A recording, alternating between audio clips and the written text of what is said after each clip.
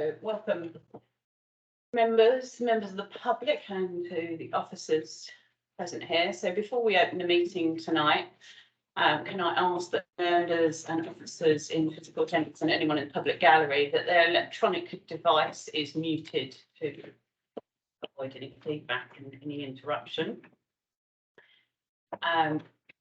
Any remote participants, please keep their camera and microphone off unless they wish to speak, and ideally not use the camera facility at all, as this can affect the quality of the meeting. Please advise, I'm advising you that the meeting may be recorded, and the data collected during the recording of the meeting will be retained in accordance with the Council's data retention policy. The recording of the meeting may be added to the Council's website. Members accessing the meeting remotely should use their SBC or KCC laptop to participate virtually. If they join using the link on the website or a mobile or tablet device, it's not always possible to identify you, and you may not be recorded as in remote attendance.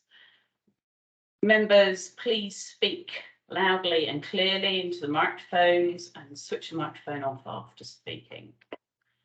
So welcome everyone to tonight's Regeneration and Property Committee meeting, including visiting members attending remotely and members of the public.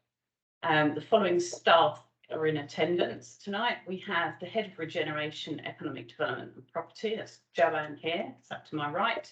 We've got the Interim Property Services Management sat to my left, this is David Johnson. Economic Development and External Funding Manager, that's Kieran Mansfield, sat next to Joanne there. And Democratic Services, we have Philippa Davis and Billy Appleway sat behind me. So I'll advise that there isn't a fire drill tonight, so please shout and take it with you if the alarm sounds. Those in attendance, please leave via the stairs, do not use the lift, and assemble outside where directed. Does anyone require any assistance? I don't think anyone does, but no hands up, so that's good. Are there any apologies for absence or confirmation of substitutes? So I know we have Councillor Eddie Thomas is being substituted by Councillor Mike Henderson and Councillor Cameron Bett, who might attend online. I can see he's online. Okay. Any others? Declarations of interest. Do we have any declarations of interest? We do indeed. Councillor Henderson? Well, we don't actually. Just to say in regard to item 11, which involves Tiers Hazard and nearby, as a member of Faversham Town Council, which has an indirect interest in this, I've consulted David Clifford, the appropriate officer, and he assures me, as I thought, that I do not need to declare either a financial or non-financial interest. But just to reassure any concerns there, if this matter subsequently comes up before Faversham Town Council, I will recuse myself from any involvement in discussion. Okay. Thank you. Thank you. Thank you for the clarification. Anyone else? No? Okay, thank you. So, members, we need to approve the minutes of the meeting held on the 9th of November 2022, minute numbers 428 to 433, and not 423 as on the agenda. Do we agree that? Agreed. Lovely, thank you. The following items are Part B reports for decision by the Regeneration and Property Committee tonight. So we go to item 5, which is the forward decisions plan.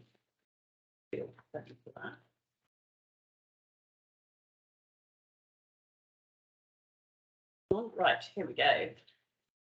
A couple of updates to add to this. Before we go into that, I'm going to hang on before we go into the forward decisions. So I think today is the day of celebration, and certainly for this committee. Today or last night, I think we had confirmation about the Levelling Up Fund bid. So big hurrah. We have, yeah, absolutely across the council. So this cross-party that we have won a 20 million Levelling Up bid for Sheerness. And I think this should be great celebration for us. It's a substantial sum of money. And just to do a quick recap, this is for the expansion of the health and fitness facilities at Beachfields, including active tag, soft play, adventure golf, outdoor gym, a new cafe and toilets. The expansion of Sheppey College to accommodate a junior college and additional further education courses for creative and cultural industries, and the conversion of Masters House Studios into creative workspace. It's also will involve the public realm and connectivity improvements to the train station and the high street, Beachfield, and a new entrance to the leisure centre. And I'd like to thank our partners, which is the East Kent College Group, Sheppey Matters, and the medical practice and the CCG for all their support towards the bid, as well as our MP Gordon Henderson. So I think it is a huge achievement, and I'd like to say thanks to our officers here present and to those who are online and elsewhere within the council who put an awful lot of work into our bid. So one of the things that will be coming up in due course on agenda item 5 in March will be an update on Levelling Up. So Joanne, you might like to say a couple of words. I'll pass over to you. Thank you very much. Thank you for your kind words. It was a pleasure and a privilege to work on the bid, and the whole team, of course, is absolutely thrilled that we delivered on that. Now we need to deliver, so I'll just go through some of the next steps for the Levelling Up Fund bid. There are 2 delivery posts funded within that bid, so we need to find these people who are going to be leading on this for us. We need to work with government to get the more detailed agreement. So at present we have a single sheet of A4 that says we're giving you the money. Feels a bit unfair when we gave them a doorstop of paper, but I'm sure we'll get more detail on that in due course. And we will understand the conditions related to the bid, in particular around potential extensions to the end date of the project. So we're about 4 months behind schedule in terms of finding out the result of our bid. So that, of course, has a consequence for the delivery programme that we set out. Government have indicated there will be flexibility around that, and we can have conversations. So we will do those as soon as possible. We will want to have a look at any impact of the delay on the budget. So with inflation being as it is, expecting to have started 4 months ago, there could be an impact on the cost. So we will do that up front, and we'll set up the governance arrangements that we set out in the bid. So how we make sure that the project is managed and delivered correctly. There'll be a report that comes to the March committee when we've had a bit more time for the information to sink in, and we'll be developing a communication strategy so that we involve everyone that's been involved so far. There was over 300 people that contributed to the first consultation. We want to re-engage those people and bring even more people to the conversation as delivery unfolds. So yeah, that's our next steps. Thank you. Thank you. So on page 6, we have Levelling Up Fund there, and it says TBC. So I think we've put in there March quite safely. An update on Swell House. I was hoping that we will be able to do this in March, given what has just landed, which we're very grateful for. There are as well some pieces of due diligence going on, and given a time frame for titles of reports, etc., it's not going to be able. We're not going to be able to do that in March, but we will do that in July. And I've written here hopefully sooner, because actually the first regeneration and property meeting after the elections is scheduled for July, which seems an awful long gap. So I've suggested that we have an additional meeting, a special meeting, not for a particular item, but I think that's too long a gap between March and July.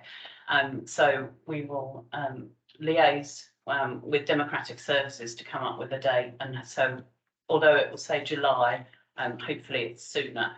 My word here.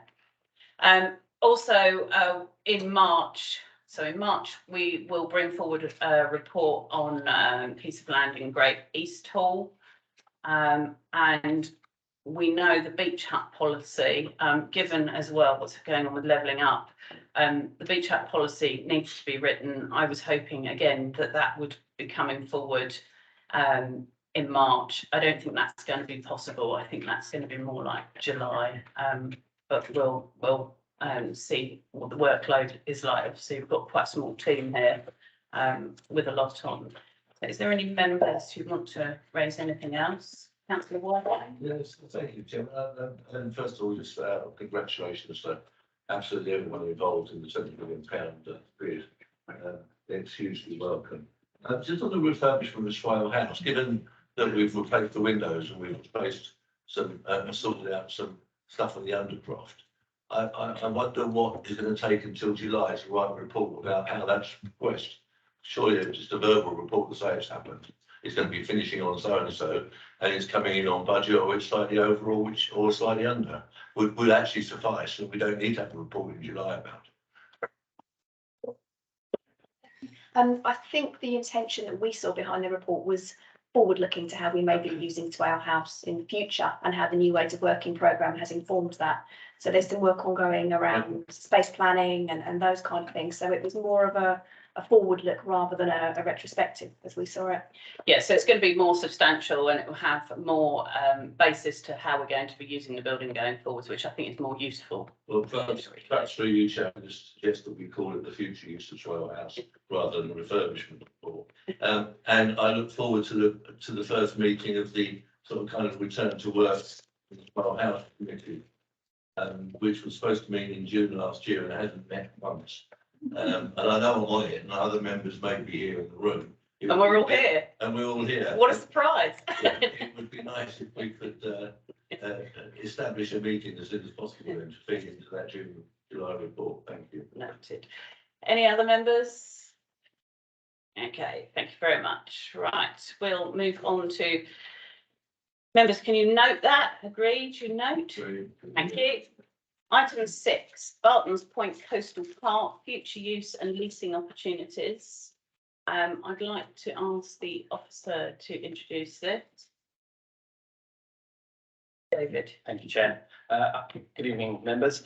I should just say before I go health for leather into this report, that's got my name as the lead officer and author. It's a more of a collaborative report with other officers, particularly Martin. I don't see Martin here. Oh, he is here. So perhaps if Martin's here, I might speak to the general principal on the property side, and Martin might back it up with from his side. So I don't propose to, with your lead, Chair, to read the whole report.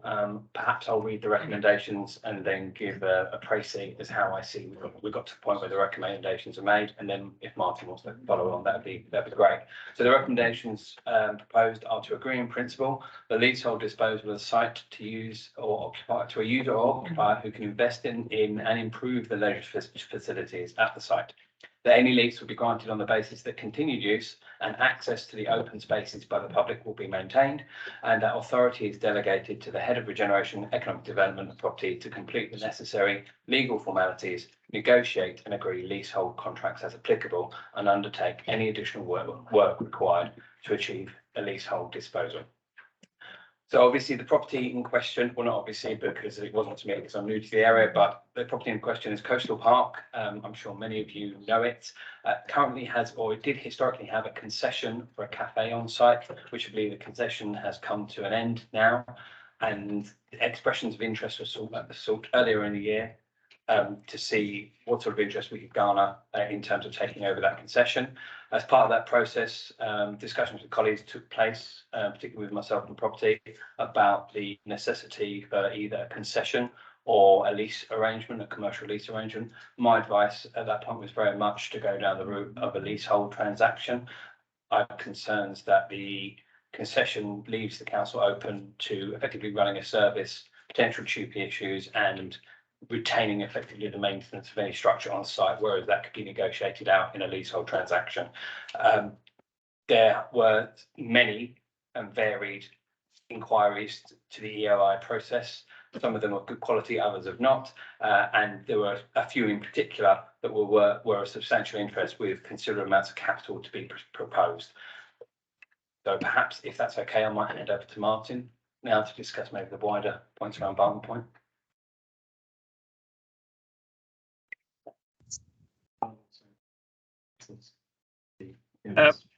Through Oh, you, Chair, can you hear me? So there was we've undertaken some recent investment ourselves. There's been a new toilet block commissioned. Sorry. Thank you. We are undertaking some investment, and the proposal would be that the leased areas of the site moving forward would include some of the foreshore, the cafe area, the car parking area, the former pitch and putt and showground, and that all of those be taken as one leasehold transaction to a successful party. It would be on the basis that open space, as it is at the moment, would be retained. Access to the existing footways and car park would be maintained to the public. There are two other tenants on site. There's a model airfield, model airplane group, and a miniature railway group of licenses and leases on the site. They would be unaffected. And then it would mean that any tenant incoming would have full control over the site, but would have to leave it open for access to the public. Due to the fact it's open space, we would have to undertake what's called a section 123A consultation, which is a local consultation about the disposal of open space, but is generally seen as a positive approach to garnering public support. So is there any questions I might take? Thank you. Councillor Harrison. Thanks, Chair. Really pleased that we got that other money, and we will be improving the car park. Long overdue. Proper job, not a botched job. Yeah. Now, I agree the recommendations. However, what's missing out of here is that we'll be coming back to you to put a few suggestions to you, because 2.6 says the business plans were requested to include the following. Now, obviously, you're doing expressions of interest. That's really not, that's an operational matter. That's not members.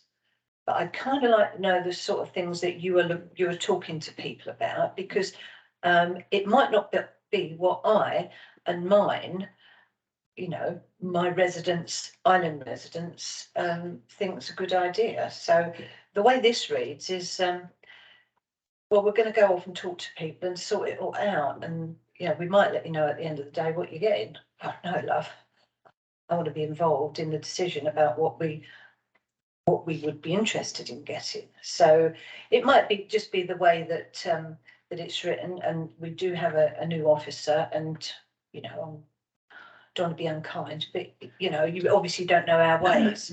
But yeah, I probably put the wrong way. But no, I would like, you know, if you're coming up with 3 or 4 people, and I know, and this is all I know, that there are about 17 to 21 expressions of interest, and they were all vastly different, Angela. That's as much as I know. But I would be interested in the sort of things that have been suggested. I'm not, you know, it's not for us to get involved in negotiating or anything like that, but I think we do need to know a bit of detail. Thanks. David.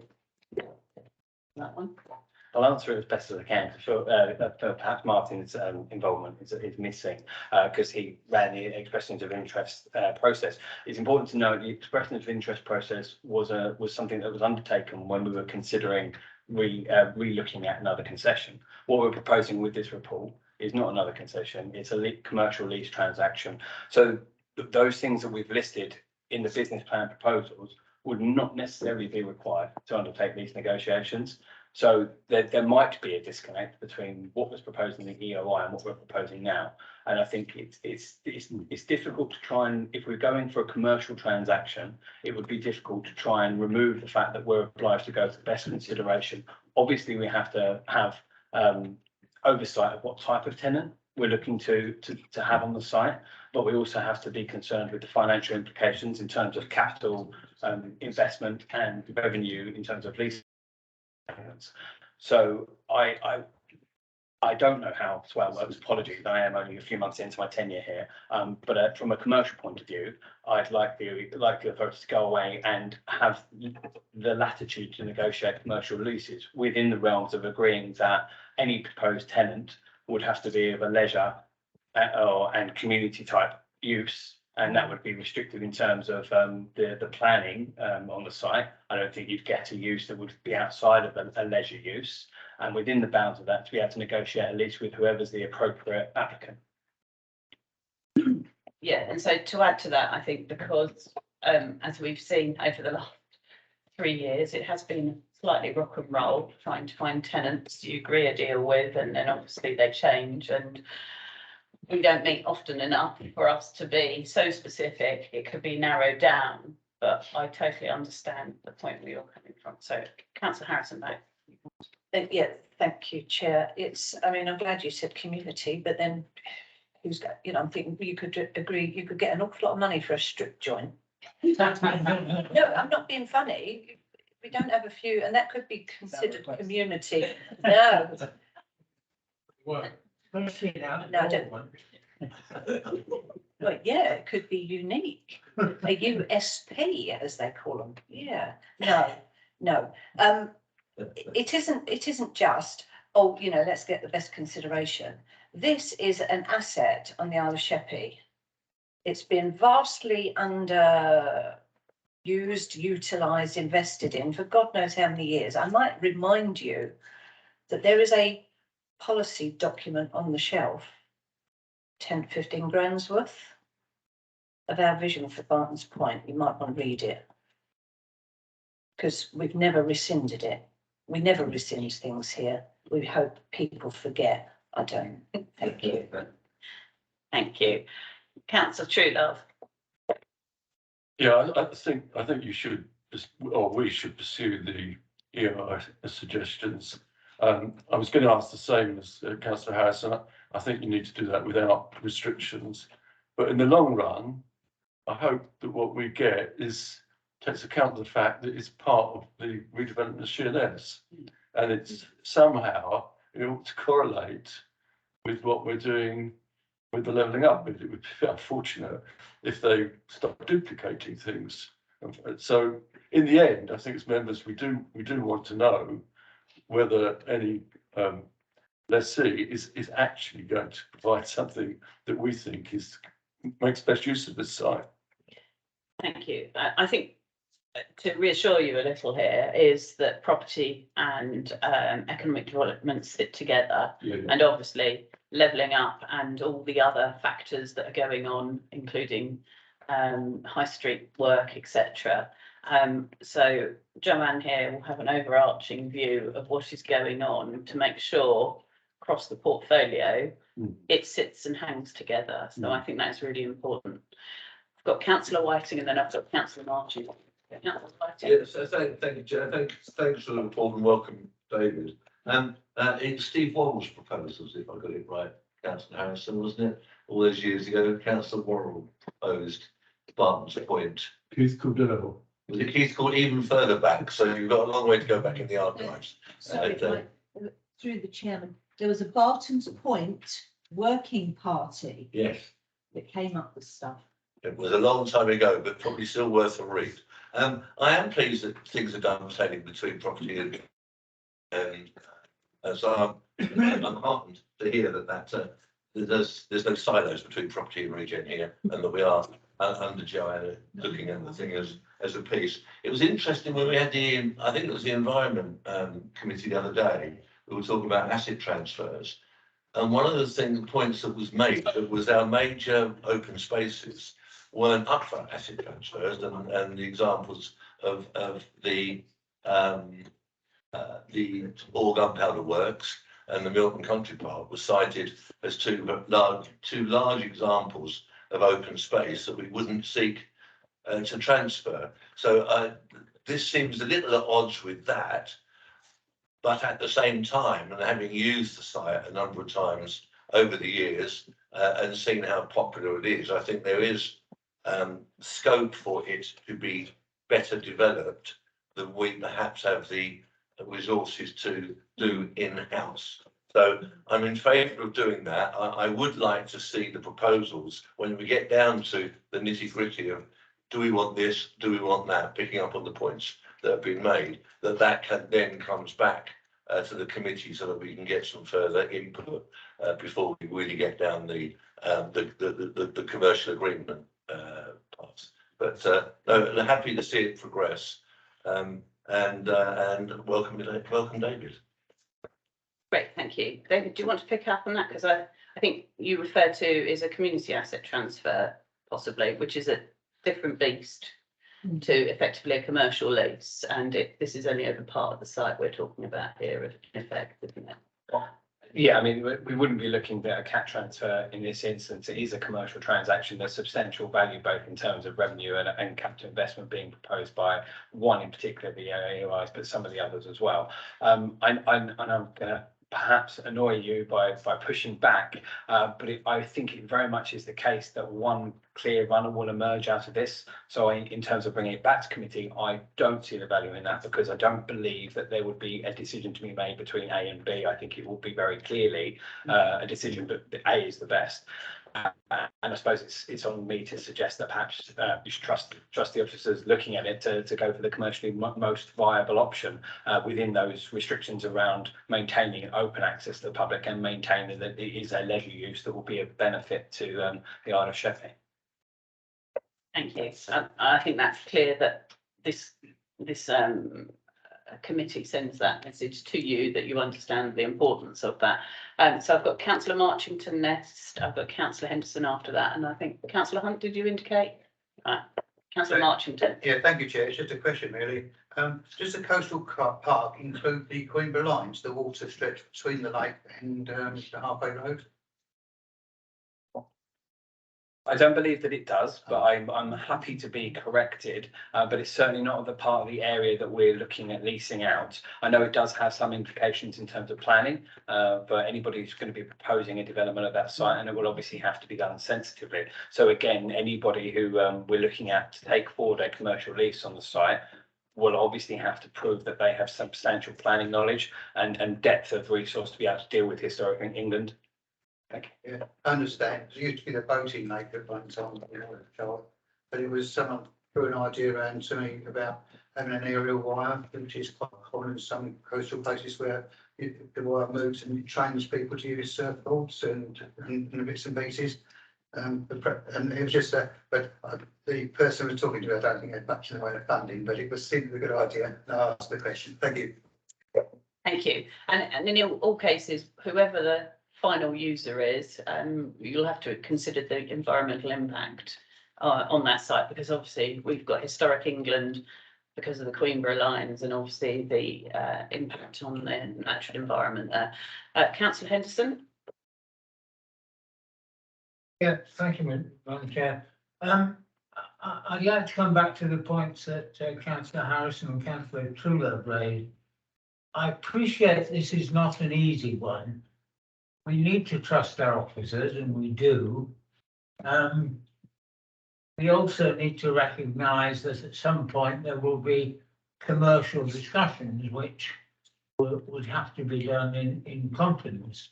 But looking at this as a report, it is asking for permission to go ahead, and I'm perfectly happy to go ahead with a potential leasehold, but to go ahead without the slightest idea of what the uses might be, whether you could end up with two perhaps quite different but attractive propositions. And finally, something nobody's mentioned is what value is it to the council? And again, I agree, you're not going to be able to publicise exact figures, but we are being asked to make a decision, and we have no idea whether we're going to move from an income of 10 bob to £100,000 or an income of £5,000 to £5,100. And clearly, we would hope that if somebody takes it over on a lease and has a business model to make good money out of it, then we would share in that. But in addition, we should be looking to reduce or even eliminate our maintenance costs on the site by having somebody else with a lease. And I know different type of setup, but I know the buildings I lease in my training business, the landlord not only expects a good chunk of money, but he expects me to completely look after the property. And that would be a big benefit for us. So I question whether this should not come back to the council at some point. And I appreciate we don't want to slow things up, but I'd prefer I'll get the more answer. knowledge. Thank you. Okay, over to David to answer that one. Thank you, Chair. Sorry, Councillor Henderson. I completely agree with you regarding the leasehold transaction versus, as I said, the proposal to go ahead with the concession for exactly those reasons, to remove the council's rather large maintenance liabilities on the site. There's an off-mains waste, I don't know whether it's a septic tank or treatment plant at the site, which is considerably expensive to maintain. There's the car park, the access way, the grass cutting. Again, I'm sure Martin would have a far greater depth and knowledge of the costs involved than I do myself. But that's exactly why we're proposing a leasehold transaction rather than a concession, to remove those liabilities from the council. And to come back to your other point about a lease transaction in terms of knowing who the occupiers might be and what the potential value is, it's a unique site. And although I am a valuer and a chartered surveyor, I would have a slight lack of confidence in any figure I was to bring to this committee in terms of a rental. And also, it really all depends on what type of operation is intending to go on the site as to how much capital they need to invest to do whatever it is they're carrying out. But as a bare minimum, they're going to require to be able to cut the grass, to maintain the driveways that are there, and maintain the car park. But I think the decision to allow us to go and seek a leasehold tenant, which we're asking you to make, will enable us to find out what's available in the market. We'll bring forward those users. Like I said, I don't think there'll be huge amounts of them that are of financial standing good enough, but there will certainly be some. And I think if we were to propose that, we'll go ahead and market and then come back, knowing the time between committees, I think the commercial opportunity might be lost. And again, I would encourage you to trust the officer. Thank you very much. Councillor Hunt. Yeah, I've got a few bits on there. Probably the easiest one just to request, because we have mentioned about Arton's Point having a green flag at some point in the future. That's an aspiration that we've had for a while. And whoever does take it on, it would be good to ensure that that still continues, and whoever is going to be operating it would take that forward and try and achieve that green flag status for us. So however that is put, or that we can make sure that that is somehow put into the contract that goes through, would be good. From what's being said, I think I've raised it on other matters before where we've put in delegations to officers, and it's not for not thinking the officers can't deal with it, but it's just good to know exactly what is going on with things. And I noticed in 2.4 that the current concession has already been extended. But we've got in the report that it was extended to the end of December 22. So currently, I assume the operator is still there at the moment, or is it completely closed at the moment? So obviously, it needs to be sped up a little bit, because we want to make sure we get someone in there quick. So I do understand bringing something back to the committee, but I think that the issue is that for all of us, we're into the committee system where we've been used to cabinet system. And not sure about the last 3 years. Before that, even though it was these decisions were going through cabinet all the time, and it's quite regular as a group, we always had that information coming back, and we could always meet and pass pass information back to the cabinet. So we were always updated on everything that was happening, even though it was a cabinet system. Yeah. Whereas now we've got to the point where we're just saying to officers, go and do it, and we're not having any input. So I think what would be good is if we can't be having a meeting and 4 reports, is that at least maybe once things have been dealt with and we've got that final thing that needs to then go forward, is that maybe even just over an email, the committee are just informed of what's happening. And we've then got the opportunity to be able to say, actually, can we just discuss this a little bit more, whether it's ward members can say, let's just have a discussion, just try and get a bit more information if it's needed. And it may be then there's nothing else to decide, it's just go forward with it. It's just knowing that information is probably going to be helpful. And the final point I want to make is just on recommendation 3. And I might be wrong on this, but we're saying that authorities delegated to head of regeneration, economic development and property to complete the necessary legal formalities. But in other reports, I believe that it's also included the head of legal. Because I don't know if that's just a fact that the head of regeneration, economic development and property can't actually deal with the legal aspect of it. So it's legal, head of legal included within that. And that's the same on other reports in there as well.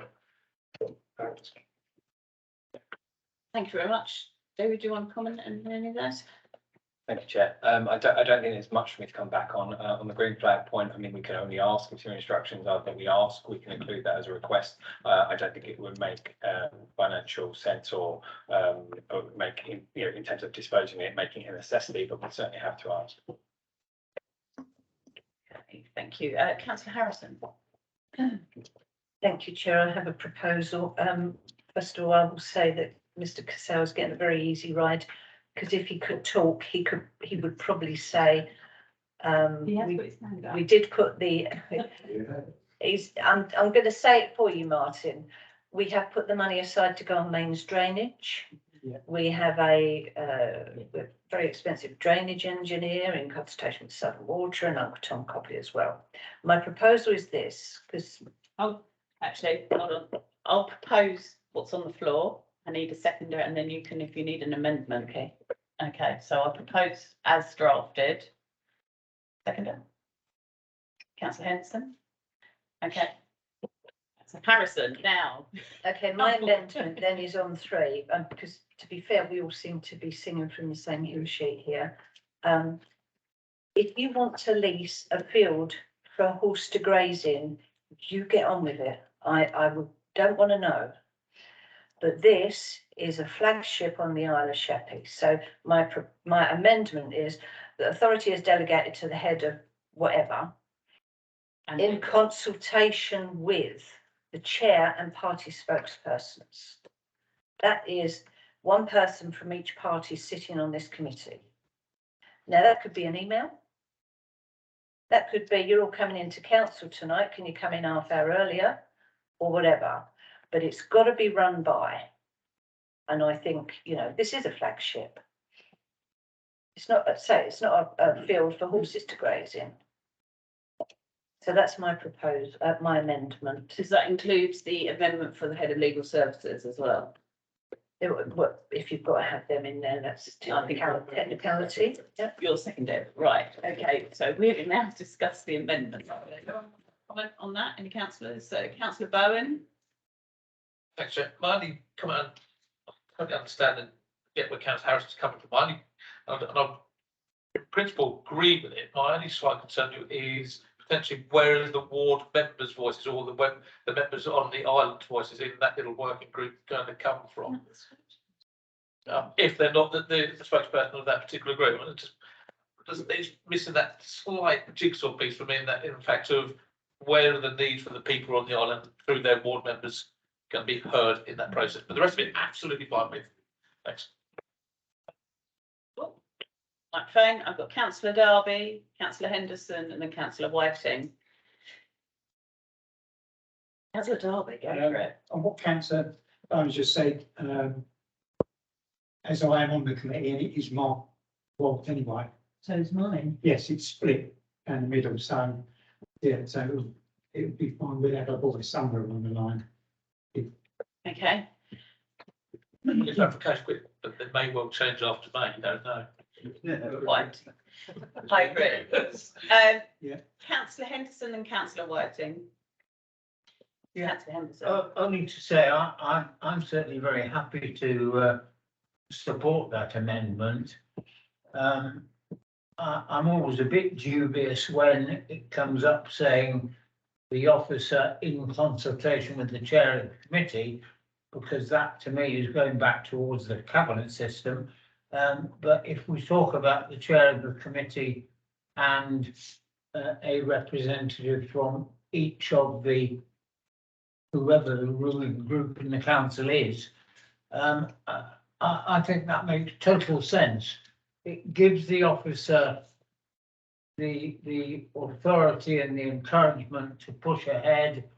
And if we get to a critical decision, it can be sorted out in 24 hours. That's what we need. Okay. So I'll support that. Ben, did you want to come in? I mean, I suppose my own comment is that obviously that consultation piece would need to be, we would need to be confidential on that, because obviously nothing at that point will have been crystallised, or it will be in the process of being crystallised. So yeah, don't go asking for written updates. I think is the answer on that one, isn't it? Okay, Councillor Whiting. Thank you, Chair. I'm more than happy to support the amendment. If I've read it right, it's the chairman and a member of each of the political groups represented on this committee. Yeah. And in answer perhaps to Councillor Brown, of course, then any member of this committee that happens to be that their group spokesman could, if they wanted to, nominate an island member as a substitute to sit in on their behalf if they felt within their group that was the right thing to do. So as long as that option is open to them, I'm more than happy to support the amendment as written. Thank you. Okay, let's go to the vote on that then. So on the amendment. Oh, sorry, Councillor Truelove, did you want to speak? Apologies. Yes, I would like to say, go to the vote. Yes, good, lovely. Right, we are going to vote on the amendment. So all those in favour? Unanimous, is it? Oh, it's unanimous. That's nice and easy. Lovely. So on the substantial item with the amendment, can we have a vote? Good, right, unanimous. Thank you. That's all agreed. Right. Chair, Yes. is it possible to change the agenda order? I'm just conscious that there are members of the public who are, I think, are here for a particular item. I think we're coming on to it. Not next, with UK Prosperity Fund next. It's up to you, Chair, of course. I think this is going to be a relatively simple one, to be honest, I would hope. So I don't think it'll be much longer. I'm just quite conscious that this is public and we'll go public, private, public again. Yeah, so let's just, we'll move to agenda item 7. Okay, I'm going to hand over to Kieran Mansfield to introduce it. Thank you, Chair. So the report really sets out firstly where we've got to in terms of the UK Shared Prosperity Fund and the Rural Prosperity Fund at the time of writing. If I may, I'll just update you as to how things have moved on since the report was written. So having submitted our clarifications on the UK Shared Prosperity Fund element, so that's the 1.169 million, we have since Christmas, I think it was the end of last week, heard back from the department saying that they are happy with all our clarifications and that the money should be with us fairly shortly. Last time I checked, which was about 48 hours ago, it hadn't arrived. The approval that we've received is for the 22-23 funding only, that is indicated in the appendix to the report. And we understand that the formal approval of funding will only come through year on year. So there will be some operational challenges potentially around that, but we will overcome those. The other bit of the jigsaw is the delay that we've experienced, similar to Levelling Up Fund. It's been about 4-month delay, which has left us little to no time to spend our allocation in the 22-23 financial year. Officials have indicated that we will be given the opportunity to move money into 23-24 as a one-off, but at the moment we don't have the process by which that happens. And we were told at the beginning of this week that we won't see that guidance until the end of this month. So we'll wait to receive that. And whilst there has been some spending year, the bulk of the 22-23 money we will be seeking to move into the 23-24 financial year. The report really seeks to set out a framework around which the detail, asking members to agree the framework around which some of the detail can be worked up further for the delivery of the scheme. And the appendix kind of sets out for both funding elements the various items that the member working group wish to submit through the local investment plan and the subsequent Rural Prosperity Fund addendum. We also seek delegated authority to the head of Regeneration, Economic Development and Property for the decision making around particularly changes to the programme and grants, given that the commissioned element falls under our contract standing orders, and at the moment nothing is of sufficient scale to bring back to committee. But it also recommends the formation of a member working group, very much along the lines of that which was formed around pulling together the local investment plan and subsequently the rural addendum. So the approach suggested is really to get member input into some of the bigger decisions around changes to the programme and to the detail of the grant schemes that we will run, and to the substantive 6 monthly monitoring reports that we need to make to the department. And so it's trying to be consistent with what we've done before, but allows us to do it in a timely fashion rather than having to wait for the committee cycle to come round. Thank you very much. Councillor Chula.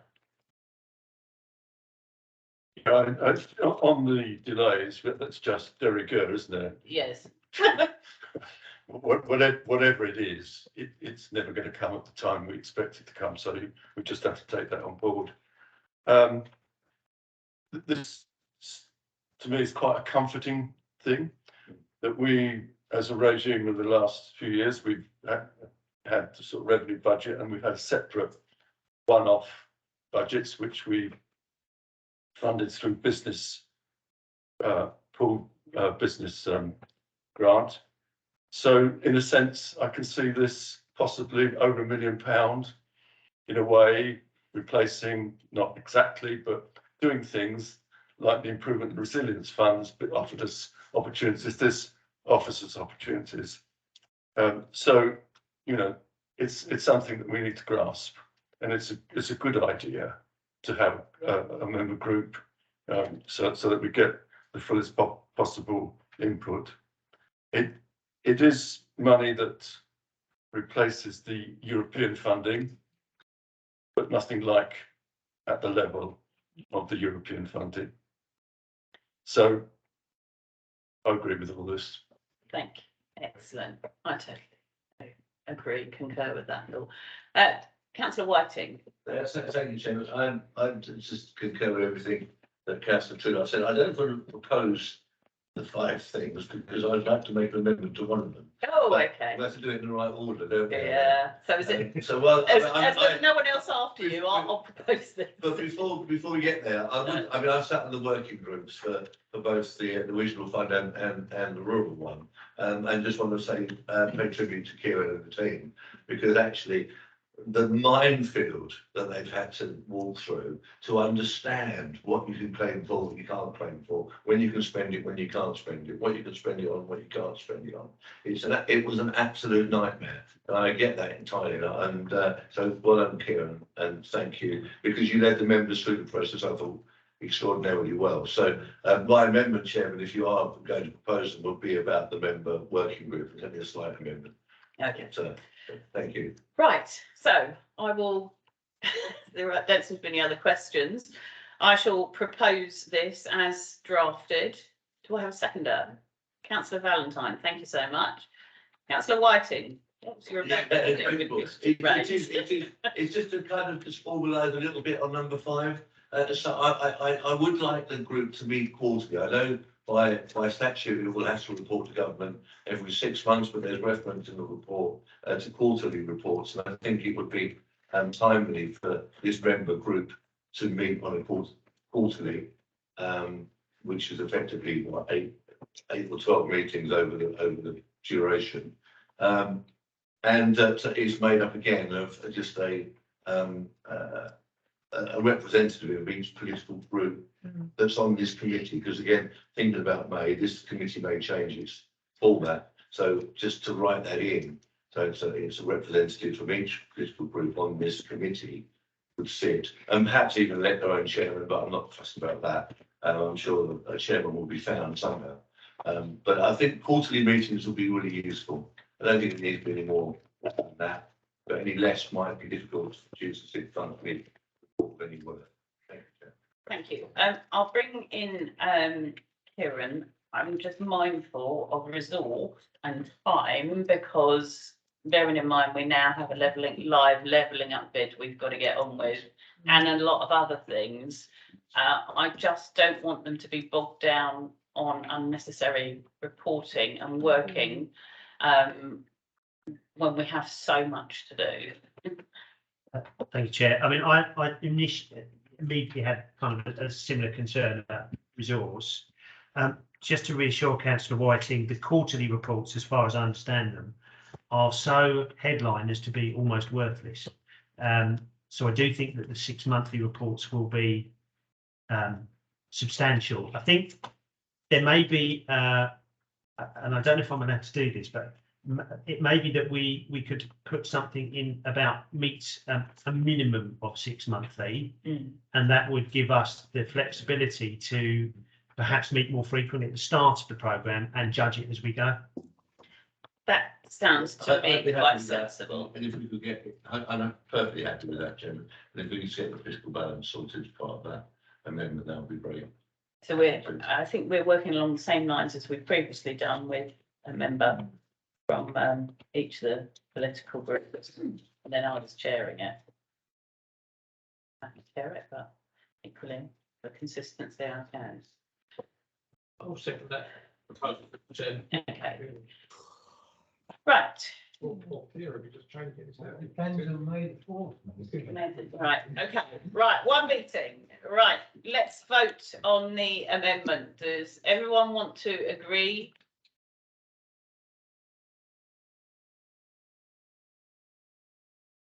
And that is on the basis of minimum 6. What Kieran said. Yes. Okay, listen to the recording officers, and so that's correctly taken. Right, so back to the substantive item we need to vote on, including the amendment. Yep. Unanimous? Lovely, thank you, unanimous. So.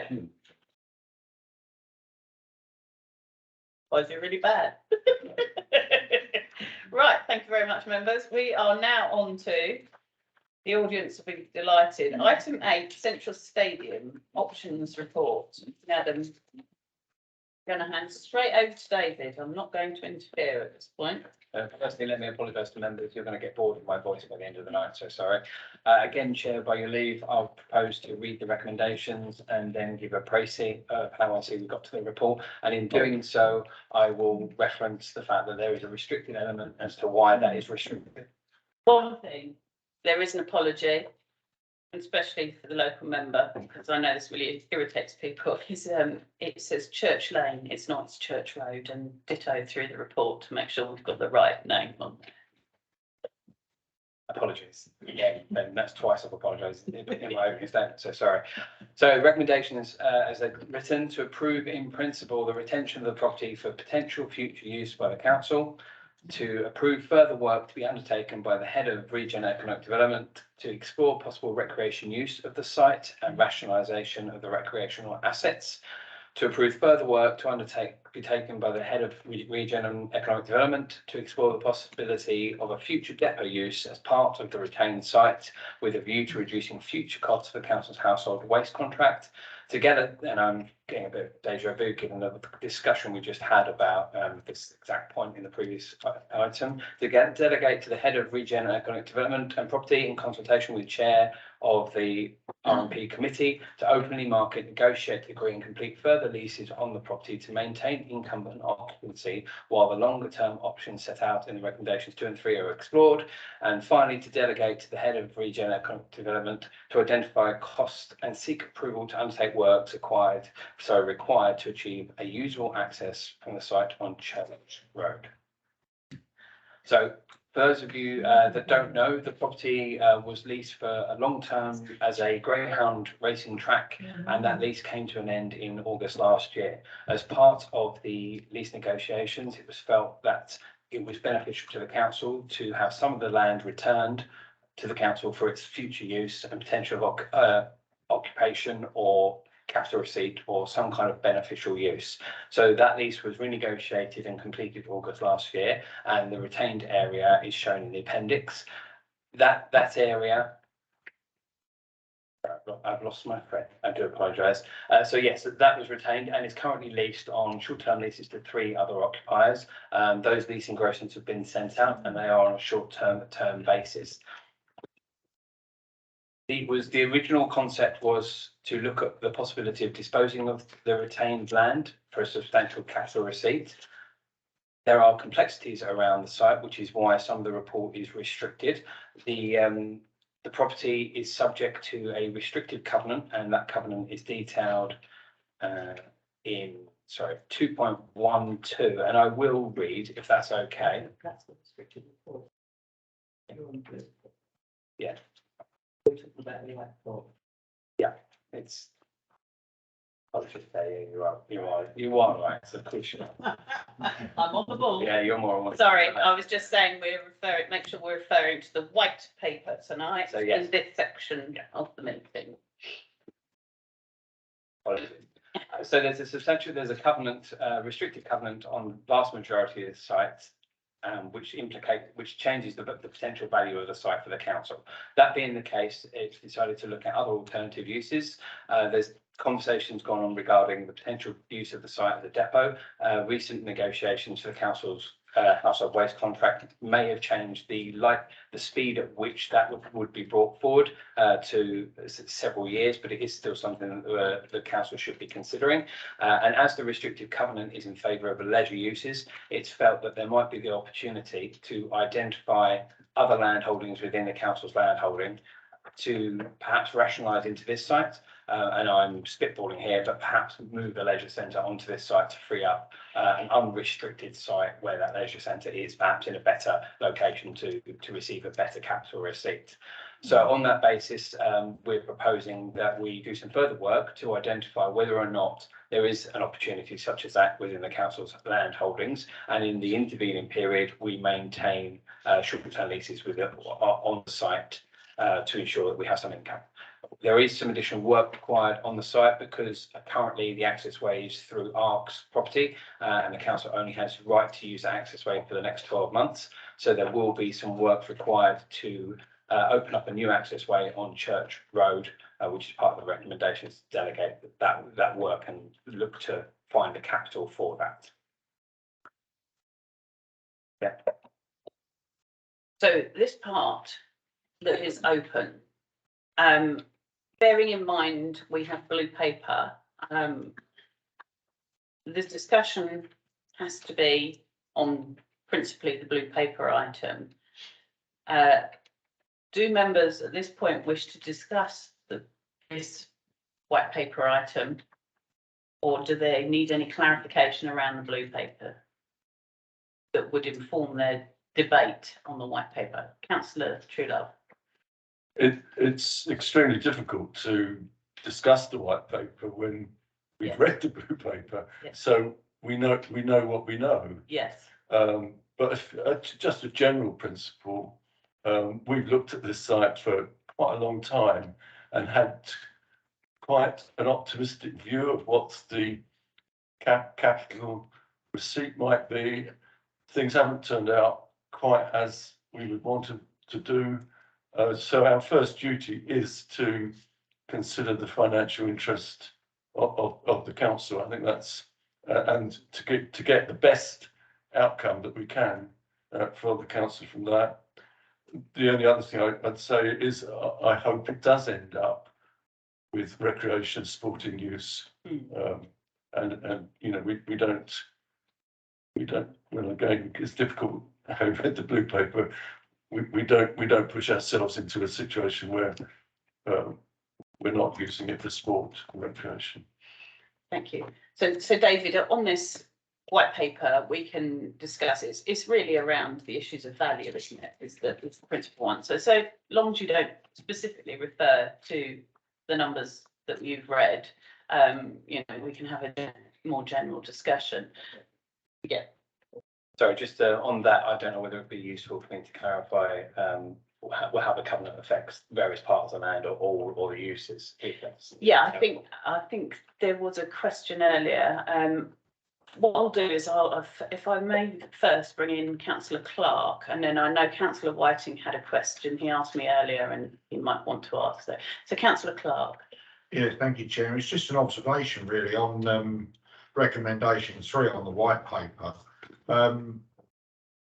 Obviously, most members here will be aware that there are restrictions on the use of Central Park for speedway use, and I'm just concerned with the possible noise pollution to the residents around East Hall and other parts of Merston if you've got a commercial use there as a waste depot for the trucks and all the rest of that.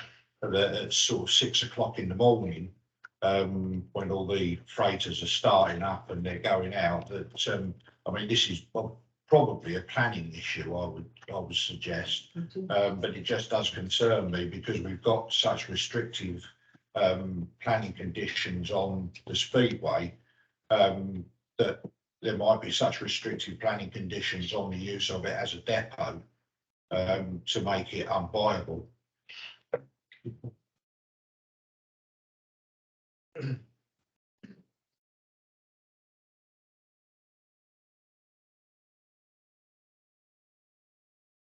Yeah, thank you, Chair. As far as I'm aware, there's no speedway use currently going on at the stadium. It is greyhound racing only. Obviously, I agree though with what you've just said. Any sort of future development that regarding use and noise, it is more of a planning issue rather than from myself. Thank you. Councillor Whiting. Yeah, so thank you, Chairman. It was a couple of questions. There's no glossary attached to this, and I don't and there's maybe some confusion about what the land, part of the air quotes, and the site actually refer to. So that would be quite useful to have a clarification on that. The second clarification, the white paper and the details within it, it says there are 3 people renting from them at the moment, including the football club. It's not clear who the other 2 are, and it might be quite useful to know if we have to do that in closed session. I would accept that. And also which areas they are currently renting out of the hatched area that we can see is actually pinky purple on my papers, not blue, but within that area, which sites are the 3 current leaseholders renting from us? And my final question was about the access to the site and where that actually joins, because if you look at the white paper map on the appendix, at the very top point, there's clearly an access route out. I think that's into Castle Road. That's the way, sorry. And if that's the proposed access, or whether the access is slightly to the west of that. Okay, David. Thank you. Technical questions over to you. So the plan in front of you, the site edged red is the retained land that is leased to ARC. The site hatched blue is the piece of land that was previously leased to ARC, which has been returned to, or pinky purple blue, whichever colour it is, which has been returned to the council. It is now unencumbered in our ownership. That's, sorry, for members that are, that's this darker hatched bit. It's Mine looks red. I must have something. If we just call it that, that's the piece that's been removed from ARC lease and is now within our ownership unencumbered and is now subleased. And I think I'm at liberty to say who the tenants are. You have Breadhurst Juniors, who are on the far right hand side. I don't know whether you can see it. It looks like there are 2 football pitches, but it is very much those 2 pitches that are leased to Breadhurst Juniors. And the buildings. Yes, and the buildings, yeah.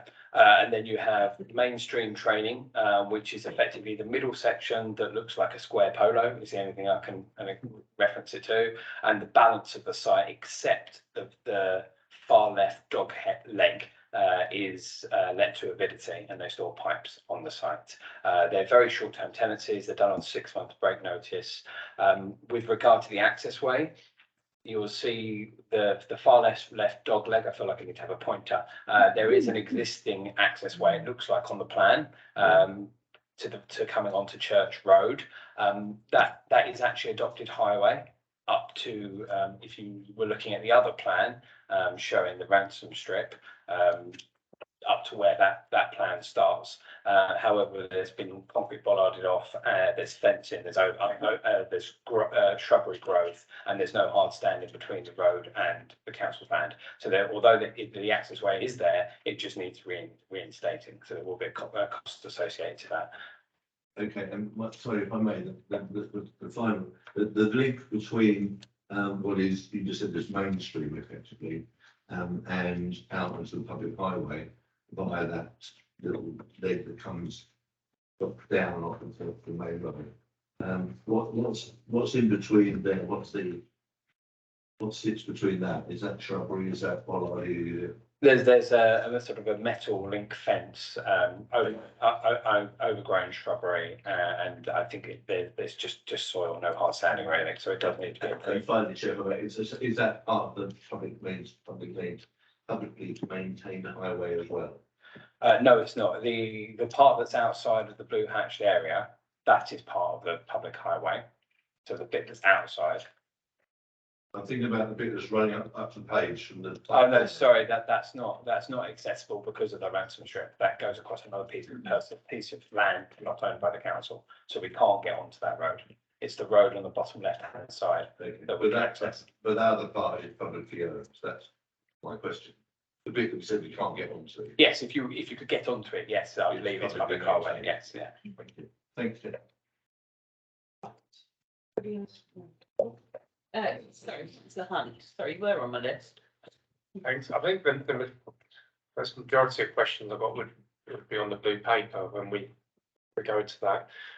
But I guess probably that's the same thing again on 4, including the head of legal partnership as well. But rather than having to amend it, the officer can just amend it himself as a recommendation, and we'll just then include that, which would be good. I must say, I'm not so sure about the waste contracts going on site. I think leisure should be something that we do look at. Yeah, that's it. But more on the blue paper than anything. Agreed, and I think I agree with that sentiment.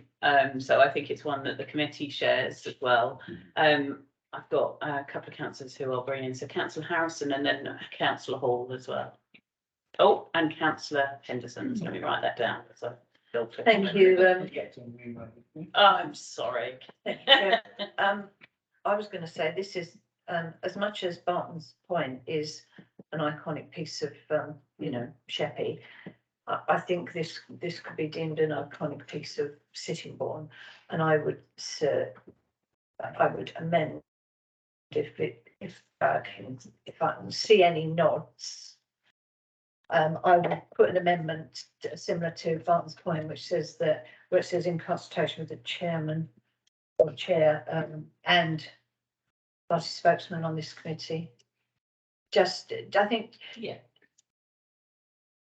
I mean, unfortunately, I put my hand up before Councillor Hall, but I know how I feel about Sheppey, and I think the same, I think you should feel the same about Sittingbourne, so I think the same thing should go. So that would be my amendment if you've already moved. I haven't, have I? No, I haven't. So, have you got a question, councillor Hall, or would you like to talk to an amendment in a minute? First of all, I'd like to say this, I'm very pleased with the input from members tonight regarding instating a leisure centre. Central Park's a pivotal point in Sittingbourne, and it would be a great success in my opinion. I want to make a suggestion, to include a requirement for engagement with the local community. Now, I don't know if this has got to be made as a proposal for an amendment or not, or can it just be taken on board?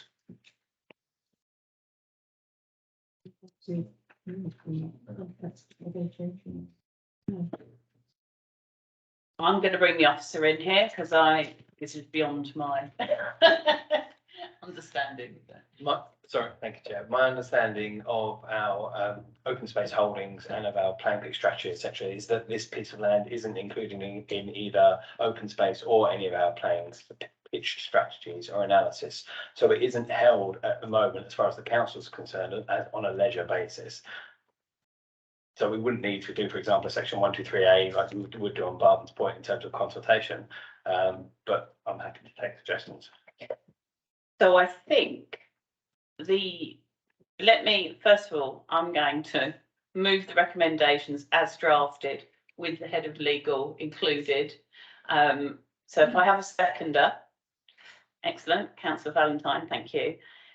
Councillor Harrison, if you want to propose your amendment, I think Councillor Hall will find that the consultation element will be through the member on the updates. But anyway, I'll let you come back, Councillor Hall, in a moment. Councillor Harrison first. Do you want to propose your amendment? Yeah, the amendment is to delegate to the head of Regen in consultation with the chair of Regen and Property and one party spokesperson from this committee. Each party. Each party, and I would just, before I turn it off, say we do not usually involve residents in contract negotiations. I'm sorry, but it's just the way it is. Standing orders. Second that. Second that. Okay. Councillor Hall, do you wish to come back? No, not at all. Not at all. Okay. Anyone want to speak to the amendment? Do you want? Right. Okay. Councillor Hunt. Only just as a general point, because it seems to be this is what we as a committee want to do, and maybe just officers can think maybe next time to just include that as a general. Yeah, and then absolutely. If we don't want it, then we can amend it to not. Might be easier. You make us sound contrary.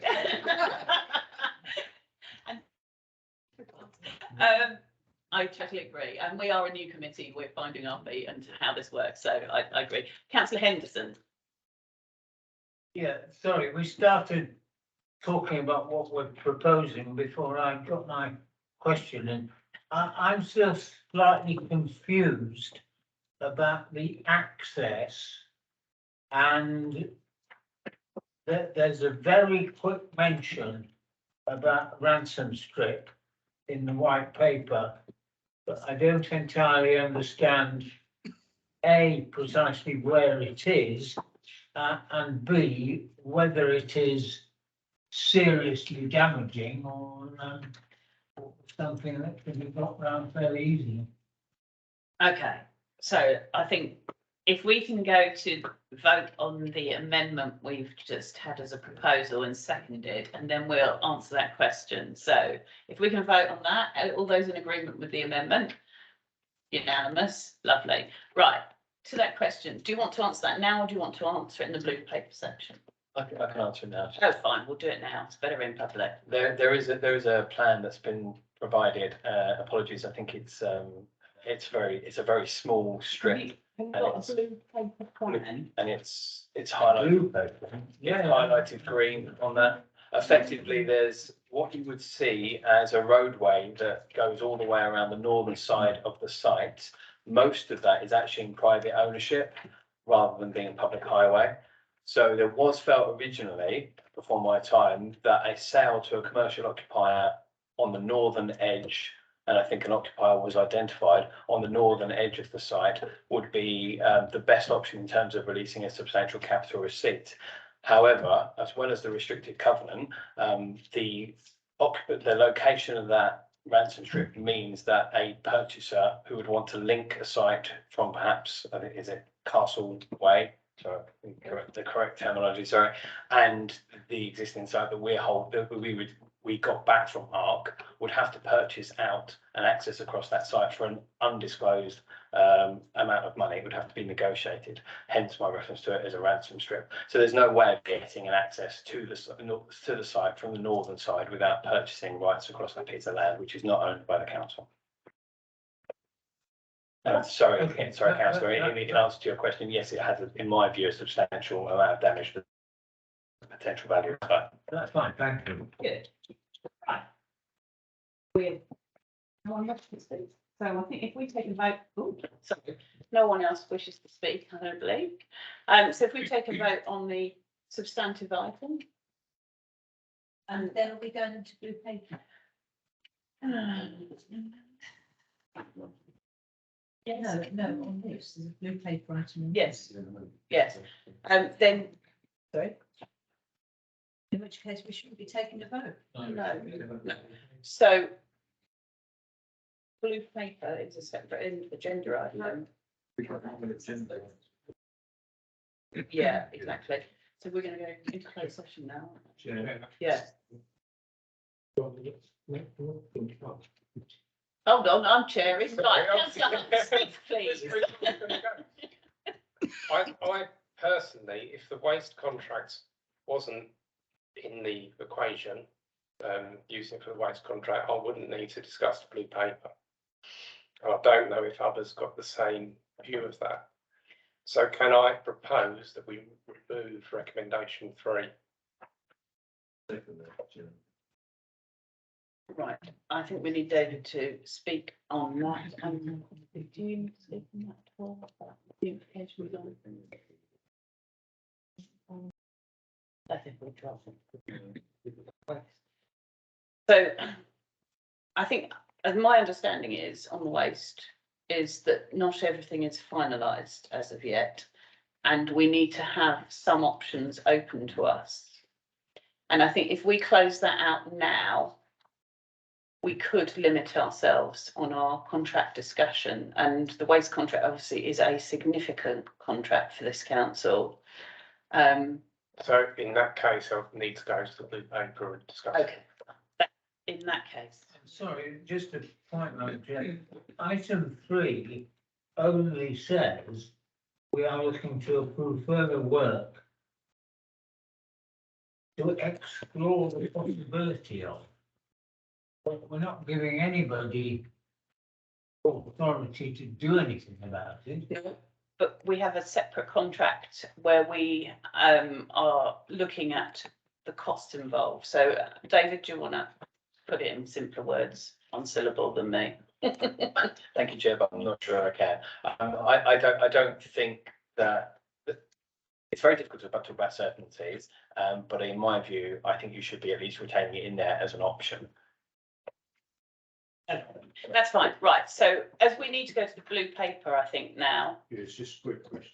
Okay, councillor Clark. Thank you. Yeah, I mean, I look at this recommendation 3 on there, and the one thing, as I raised earlier, is planning. If this was considered to go forward as a depot, is planning. So the simple question is, has the planning department been consulted on whether they think it would be a viable site?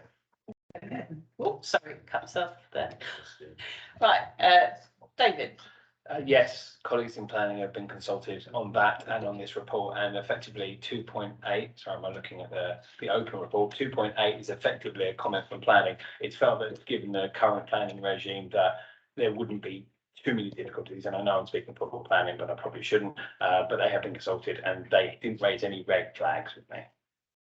Okay, right. I think the simplest answer now is we adjourn into the blue section, which means I'm afraid we're going to have to exclude the press and the public. And I've got to read something out, which, let me find my notes here.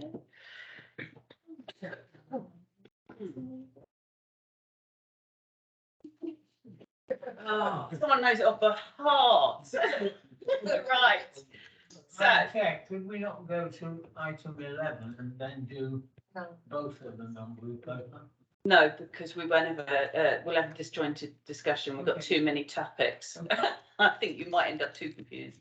So, we are now going to exclude the press and the public from this section where we were discussing confidential information. So,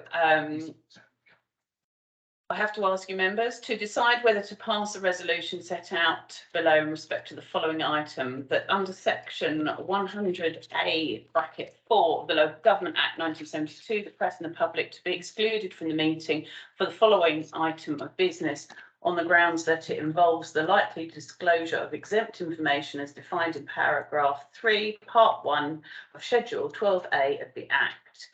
Information relating to the financial or business affairs of any particular person, including the authority holding that information. Right. So we're going to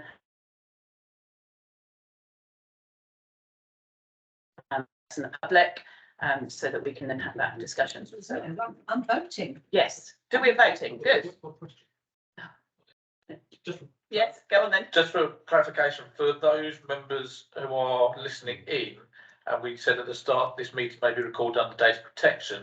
How does that, just for the record, how does that apply when we go into closed session? Because I presume the recording will stop and therefore that will not be in the public domain. Yes, the recording will be stopped. Thank you. No problem. Right, we'll vote on this. All in favour? Aye.